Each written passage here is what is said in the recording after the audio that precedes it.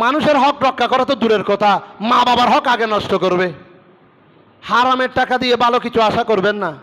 হারামের টাকা দিয়ে তো কুরবানিও জায়েজ নাই, হারামের টাকা দিয়ে কোনো সওয়াবের নিয়ত করাও জায়েজ নাই, সুদের টাকাকে দানের সওয়াবের নিয়তও দেওয়া যেমন জায়েজ নাই।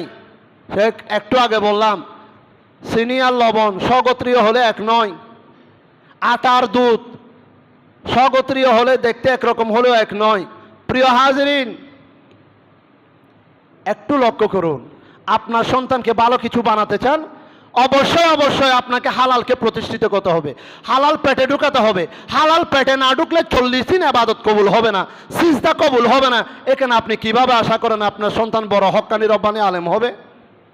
আপনি জান্নাতে যাবেন, আপনি একজন ভালো মানুষ, এটা কিভাবে আশা করেন? যেখানে হালাল পেটে না ঢুকলে আপনার বন্দেগিও হবে না।